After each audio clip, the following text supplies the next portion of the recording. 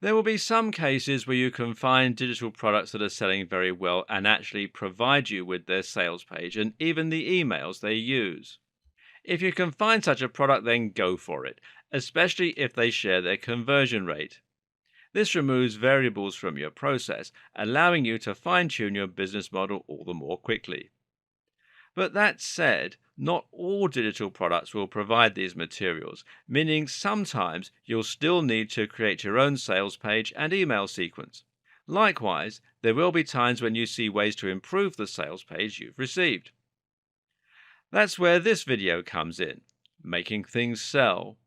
By the end of it, you should know how to take your conversions from a measly 1% and boost them to a highly profitable 10%. The first question is, what is a sales page? The answer is that a sales page is an entire page on a website that is completely dedicated to selling one product. This means there will be no external links to other pages and no other products being promoted. The entire page is designed to draw people to the Buy Now button and to convince them that they should, in fact, buy. Chances are that you will have visited sales pages in the past and you'll know them through their design. These pages are generally vertical and have a very thin passage of text that encourages a lot of scrolling. Now, this is no accident. The act of scrolling down the page makes visitors feel as though they're becoming more committed to the product, and the further they scroll, the less they will normally want to come away empty handed. It feels like a waste. There will be no navigation and no links to other pages, for precisely the reason that they distract away from the Buy Now option. Finally, these pages are often designed to be either bright red or orange around the edges, and there's a reason for this too.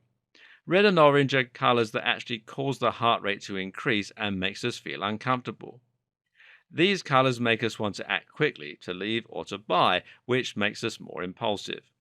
If you think of fast food restaurants, you'll find that often these are red or orange in terms of their interior design too. The reason is similar.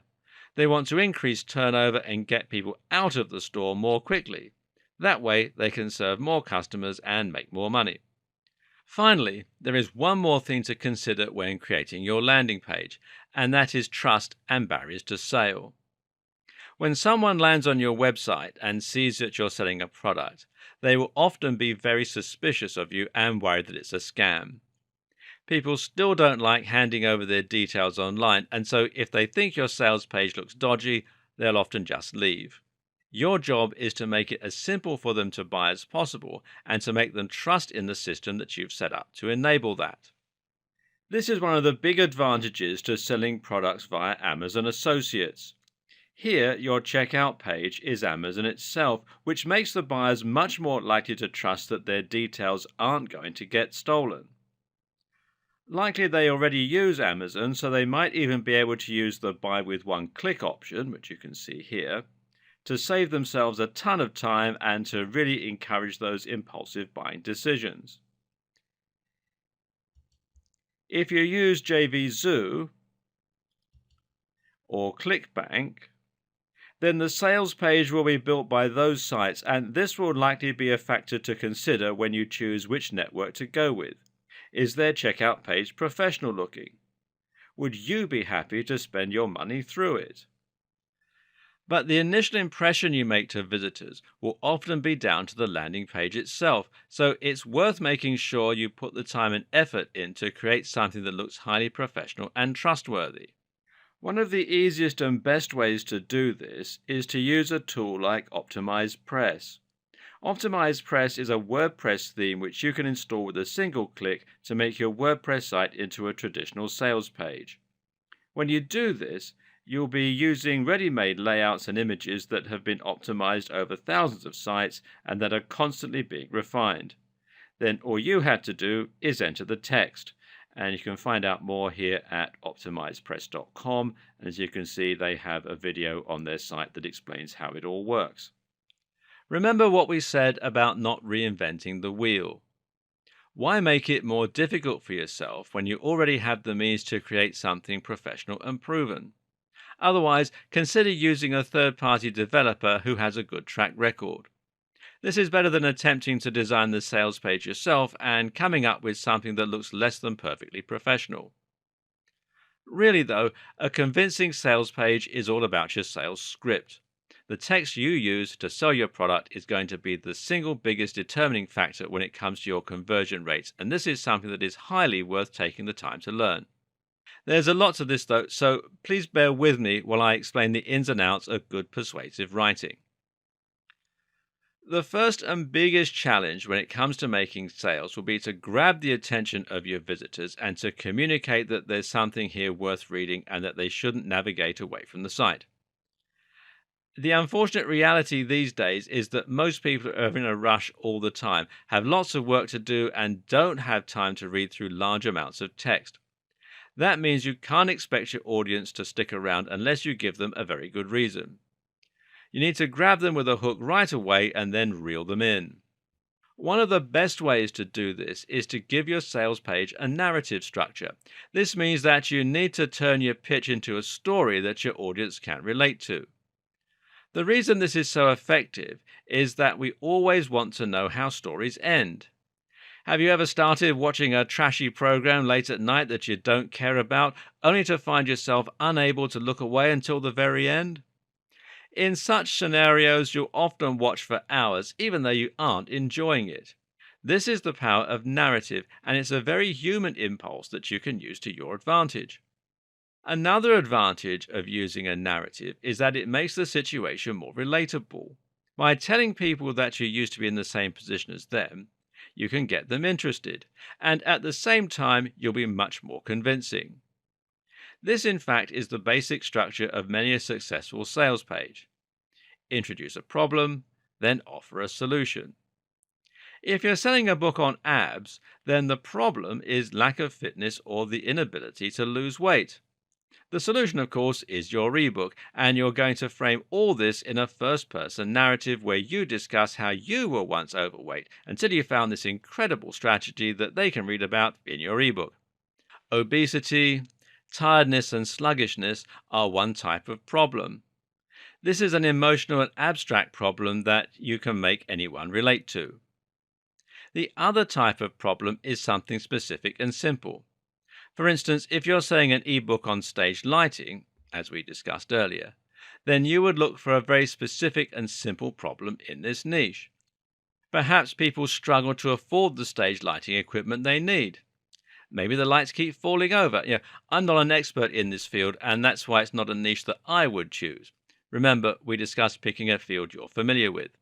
Anyway, the point is that selling a product which answers a very specific need is always a good strategy, as it simplifies your job to finding people who have that problem. This should come into play when you pick your product. Find a product that solves a clear and easily defined problem. The other things that grab attention are bold statements and rhetorical questions. Rhetorical questions work well because they force the reader to think and reflect. This means they can't just glance over the text and not take it in, but now have to actually engage with it and think about what it means for them. Bold statements, meanwhile, grab attention simply through their brazenness. This could mean that you open up with an unbelievable figure or with a controversial claim. You can then explain yourself later, but initially, this is a great way to get people to stop what they're doing and read. Just as you need to quickly grab attention, you also need to make sure that you hold it and don't let it go, even for a minute. This is where flow comes in, and it's very important to make sure that your text flows smoothly and without obvious breaks.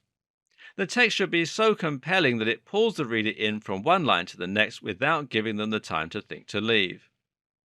This is another reason for the long, narrow design that so many sales pages use. It naturally encourages flow. The same is true with short sentences and lots of space. Ideally, you want to make your content as skim-friendly as possible, especially considering that most web users skim and don't read. You do this by spacing out your text, but also by using lots of headers. In fact, it's generally considered good practice to write your headers so that the entire narrative of the text can be discerned simply by reading the headings. This is also a reason that sales pages will often underline and bold sections. A massive, dense block of text will always be off-putting and hard to read by someone in a hurry. On the other hand, though, imagine a text that spaces out its sentences. that uses a lot of bold statements, and that engages the user with a strong narrative and rhetorical questions. How much more effective might that be? See the difference? Another consideration when it comes to flow is maintaining the interest of your audience and ensuring that your content is never dull or boring. If you start repeating yourself or if the quality of your writing drops, you can lose your readers. A good solution here then is to read the text through yourself and to get other people to, and then identify the points where you occasionally lose interest. Once you do, just fix that section by spacing it out or using more interesting language. Finally, you can also make sure you hold attention by directly addressing the concerns of the reader. The big problem you're contending with here is people saying, yeah, but. If they've heard your pitch before, then they'll be cynical and they won't engage with what you're saying. That's why it's your job to anticipate the problems they'll have and then answer them before they become an issue. That's why you'll often encounter the "I know what you're thinking" line.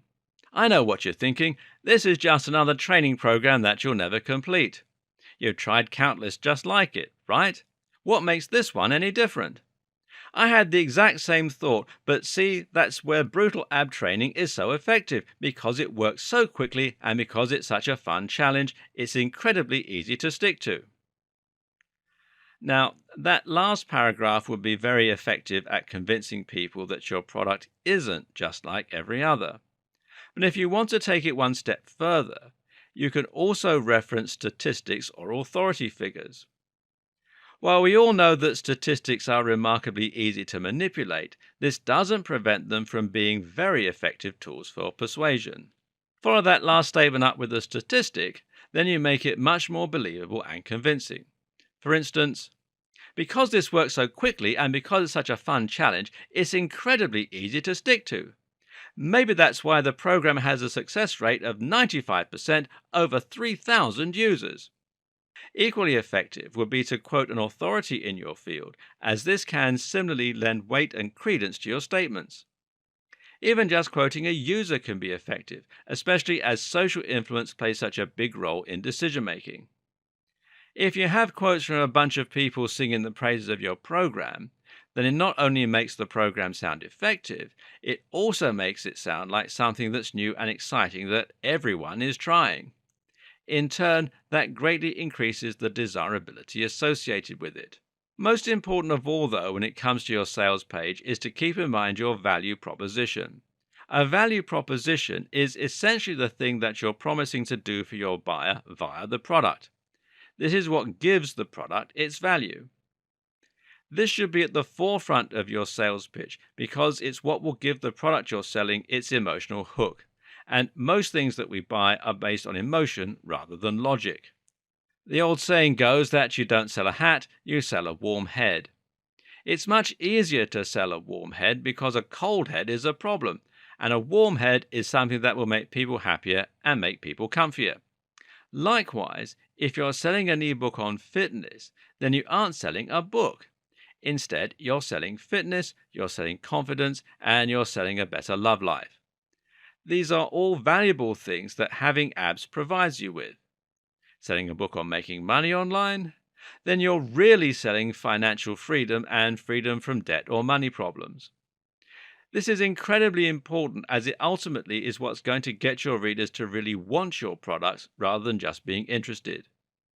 This creates the emotion that will lead to the snap decision to buy, as long as you've made your sales page look professional and you've provided lots of opportunities for people to click your call to action button.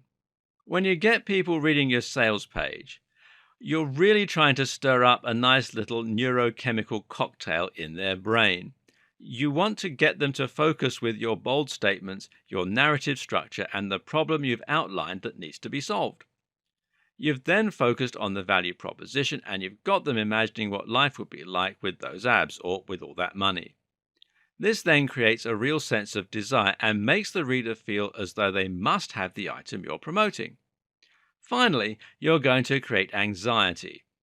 The anxiety comes from the thought that the product won't be around forever and that it's going to disappear or go up in price.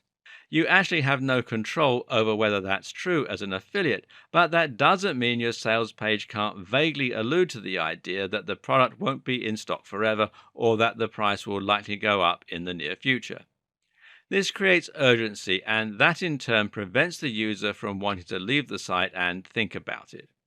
You need to make sure they act now rather than later. You can do this by offering a limited time discount. Some affiliate schemes give you flexibility over the pricing. Or by saying there's only a limited stock and thereby creating scarcity. And this also makes the product seem more popular. Now you'll get that knee-jerk sale that you're looking for. Finally, you should also try to remove any risk associated with the product. This is important because human beings are naturally loss averse. This means that we are more motivated by avoiding loss than we are by achieving gain. So if you let someone play a game where they had a 75% chance of earning $100 and a 25% chance of losing $20, they may still not play. When we're buying, this comes into play if we think the product might be low quality or if we think it could be a scam. That's why you should always offer a 100% money back guarantee. Better yet, consider offering a try before you buy. All the big affiliate networks offer the former, while there may be ways you can provide the latter, giving away the first chapter after checking with the product creator, for example. Either way, this will help you remove any reason that the reader has not to buy.